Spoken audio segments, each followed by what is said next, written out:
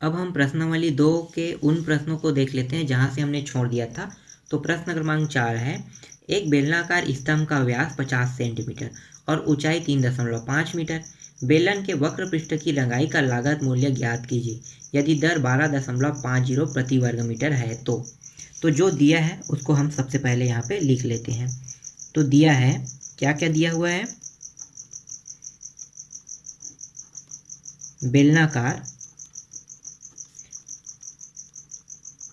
बेलनाकार स्तंभ का व्यास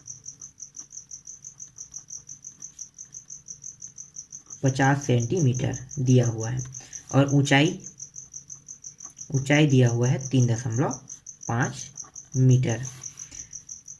अब यहाँ पे व्यास दिया हुआ है तो व्यास को लेकर हम हल तो नहीं कर सकते, तो हमें क्या करना है, त्रिज्या निकालना है। तो त्रिज्या क्या होता है, त्रिज्या व्यास का आधा होता है। तो 50 बटे अगर 2 करेंगे तो त्रिज्या निकल जाएगा। तो ये आ गया 25 सेंटीमीटर। अब यहाँ पे देखो ये 25 सेंटीमीटर है, ठीक है, त्रिज्या निकल गया और ऊंचाई मीटर में है। तो मीटर और सेंटीमीटर का कभी भी हल नहीं हो सकता। क्यों? क्योंकि अगर ये मीटर में है तो ये भी मीटर में होना चाहिए और ये सेंटीमीटर में है तो ये भी सेंटीमीटर में होना चाहिए, तभी ये हल हो सकता है। तो हम किसको किस में कन्वर्ट करें, तो ये जानकारी हमें कहाँ से मिलेगा। तो देखो अपने प्रश्न में लिखा है यदि दर 12.50 पैसे प्रति वर्ग मीटर है। तो यहाँ पे क्या जिक्र हुआ है, वर्ग मीटर, मतलब मीटर का जिक्र हुआ है। तो मीटर का जिक्र हुआ है तो हम सेंटीमीटर को किस में कन्वर्ट करेंगे, मीटर में। तो आप सभी को पता होगा कि 1 मीटर बराबर कितना होता है, 100 सेंटीमीटर होता है। तो त्रिज्या कितना है, 25 है। तो 25 बटे अगर 100 कर देंगे तो ये मीटर में कन्वर्ट हो जाएगा, ठीक है। तो 25 बटे 100 किए तो त्रिज्या हमारा मीटर में कन्वर्ट हो गया। अब यहाँ पे हम सूत्र लगाएंगे बेलन के वक्र पृष्ठ का, ठीक है। ये आपके प्रश्न में दिया हुआ है, बेलन के वक्र पृष्ठ का क्षेत्रफल क्या होता है, 2πr/h।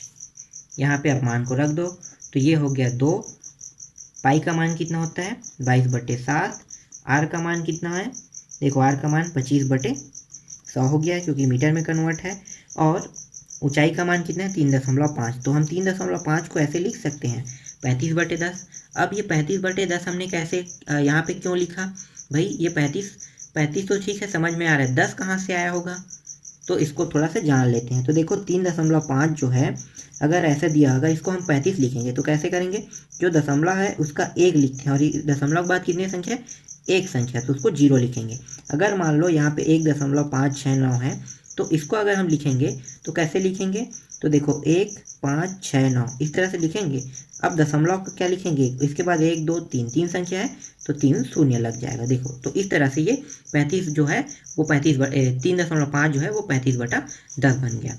अब जो कट है उसको कटा दो। तो यहाँ पे देखो 7 एकम 7 पंचे 35, 5 एकम 5 दूनी कट गया, 2 एकम ये भी कट गया ऊपर नीचे से। फिर 25 एकम 25 चौक ये भी कट गया। फिर 2 दूनी 2 11 कट गया। उसके बाद कोई कट रहा है क्या, नहीं कट रहा है। अब बचा क्या है, तो बचा है, थोड़ा सा आगे बढ़ा लेते हैं। अब बचा है 11/2। तो 11/2 को दशमलव के साथ कट रहा है तो दशमलव में काट दो। तो 2 पंचे 10 और फिर 1 बचा है तो दशमलव लगा के 0 करो तो फिर 10 बन गया, फिर 2 पंचे 10। तो इतना 5.5 वर्ग मीटर हमें प्राप्त हुआ। अब आपको पता होगा, मतलब यहाँ पे आपके बुक में दिया हुआ है 1 वर्ग मीटर में कितने रुपये लगते हैं रंगाई करने में, 12.50 पैसे लगते हैं। तो 5.5 वर्ग मीटर है तो इसकी रंगाई में कितना लगेगा, टोटल खर्च 5.5 और 12.50 पैसे का गुणा कर दो तो ये आ जाएगा 64.75 रुपये लगता है। तो यहाँ पे नीचे में लिखो, अतः स्तंभ की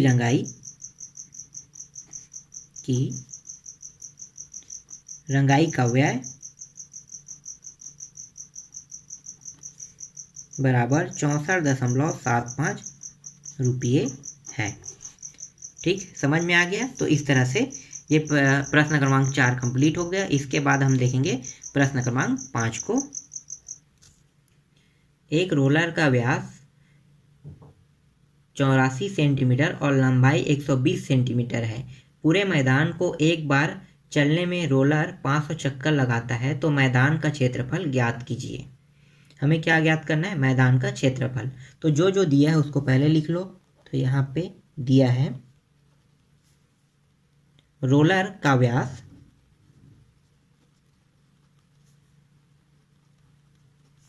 कितना है? 84 सेंटीमीटर। ठीक है, रोलर का व्यास दिया हुआ है 84 सेंटीमीटर। अगर हम इसको त्रिज्या में कन्वर्ट करें तो क्या होगा?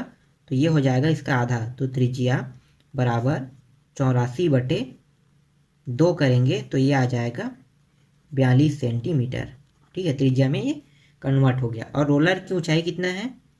रोलर की ऊंचाई, या इसी को हम कहेंगे लंबाई। ठीक है, आपके बुक में दिया है लंबाई, मैं यहाँ पे ऊंचाई लिख रहा हूँ।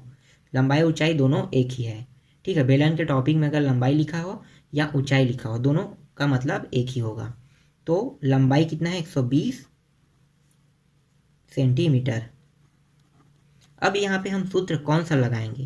भाई आपके प्रश्न में, प्रश्न क्रमांक 5 में सूत्र के बारे में जिक्र नहीं किया है, तो आपको यहाँ पे अब दिमाग लगाना है कि इसमें सूत्र कौन सा लगेगा, कि वक्र पृष्ठ का सूत्र लगेगा कि संपूर्ण पृष्ठ का सूत्र लगेगा। तो यहाँ पे जो सूत्र लगेगा वो है वक्र पृष्ठ का। क्यों लग रहा है वक्र पृष्ठ का सूत्र? वक्र पृष्ठ का सूत्र इसलिए लग रहा है क्योंकि जो बेलन है वो मैदान को रोलर कर रहा है। तो जहाँ जहाँ पे रोल करेगा वहीं का हमें क्षेत्रफल बताना है, और जहाँ पे वो रोल नहीं करेगा वहाँ पे उसका मान हमें नहीं बताना है। इसलिए हमें सिर्फ उसी के लिए जहाँ पे रोल कर रहा है उसका सूत्र, उसी का मान बता रहे हैं। इसीलिए हम यहाँ पे बेलन के वक्र पृष्ठ का सूत्र लगा रहे हैं। तो यहाँ पे लिखो रोलर। ठीक है, रोलर का है तो रोलर लिख लो, रोलर का वक्र पृष्ठ का क्षेत्रफल बराबर क्या होता है? 2πr/h। यही होता है, बस इस सूत्र में हमें मान को रखना है। तो मान रख दो 2 गुणित 22/7 गुणित r का मान कितना है? 42 गुणित 120। जो जो कट है उसको कटा दो। तो देखो 7 एकम 7 और 7 छक्के 42, ये हो गया। अब टोटल हल करेंगे, देखो सभी को गुणा करेंगे। तो गुणा करेंगे तो मान कितना आएगा? 31,680 वर्ग सेंटीमीटर इसका मान आया। अभी जो मान आया है ये वाला, ये क्या है? एक चक्कर लगाने पर। ठीक है, यहाँ पे लिख लो एक चक्कर लगाने पर 31,680 वर्ग सेंटीमीटर क्षेत्र पूर्ण करता है।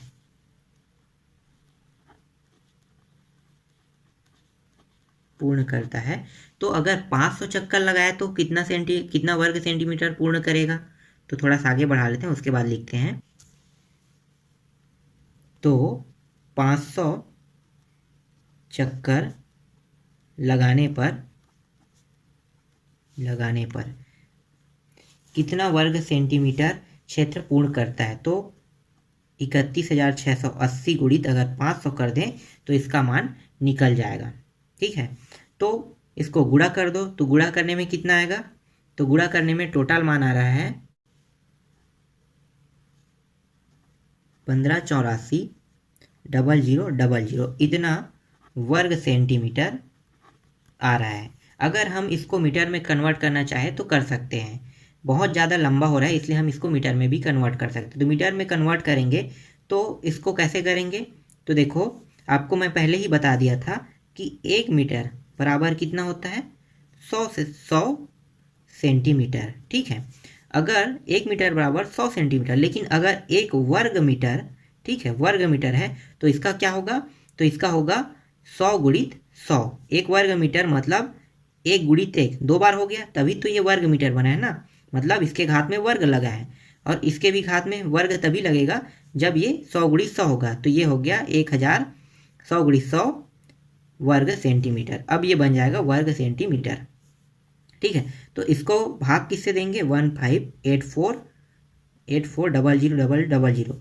तो ये हो गया, इन दोनों को अगर गुणा करेंगे तो ये मान आ रहा है 10,000। तो 10,000 से भाग दे दोगे तो ये कट के आ रहा है, देखो यहाँ पे कट गया तो ये आ गया 1584 वर्ग मीटर। ठीक, समझ में आया? तो ये हमारा क्या है, आंसर। ये दोनों मान सही हैं। अगर आप इसको भी लिखोगे तब तो भी आपका आंसर सही रहेगा, और इसको भी लिखोगे तो भी आंसर सही रहेगा। ठीक है, तो इस तरह से ये आ गया। मैदान का जो क्षेत्रफल है वो कितना है, 1584 वर्ग मीटर मैदान का क्षेत्रफल है। इसके बाद छठवां प्रश्न देखते हैं। छठवां प्रश्न है, बेलन का आयतन ज्ञात कीजिए जिसकी त्रिज्या 3 सेंटीमीटर और ऊंचाई 14 सेंटीमीटर दिया हुआ है। तो दिया है उसको पहले हम लिख लेते हैं जिससे प्रश्न को हल करने में आसानी होगा। दिया है बेलन की त्रिज्या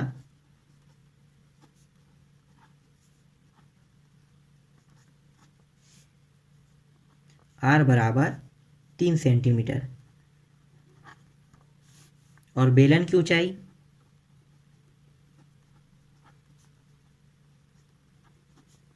h बराबर 14 सेंटीमीटर। और हमें ज्ञात क्या करना है, बेलन का आयतन। तो बेलन के आयतन का सूत्र क्या होता है, तो बेलन का आयतन बराबर पाई आर स्क्वायर एच, यही होता है। हमें इसी सूत्र में मानों को रखना है, तो रख दो। तो पाई का मान होता है 22/7, आर का मान कितना हुआ है 3, और यहाँ पे वर्ग लगा है मतलब इसका भी वर्ग रहेगा। और एच का मान कितना है 14। आगे हल कर लो तो देखो 7 एकम 7, 7 दूनी 14, कट गया। यहाँ पे क्या बचा 22 गुणित, इसको इस तरह से लिख सकते हैं 3 गुणित 3 और ये 2। अब इन सभी को गुणा कर दो, तो गुणा करने में मान कितना आएगा 396 घन सेंटीमीटर। ठीक, समझ में आ गया? ये आपका आंसर है। बाकी प्रश्नों को हम लोग अगले पार्ट में देखेंगे।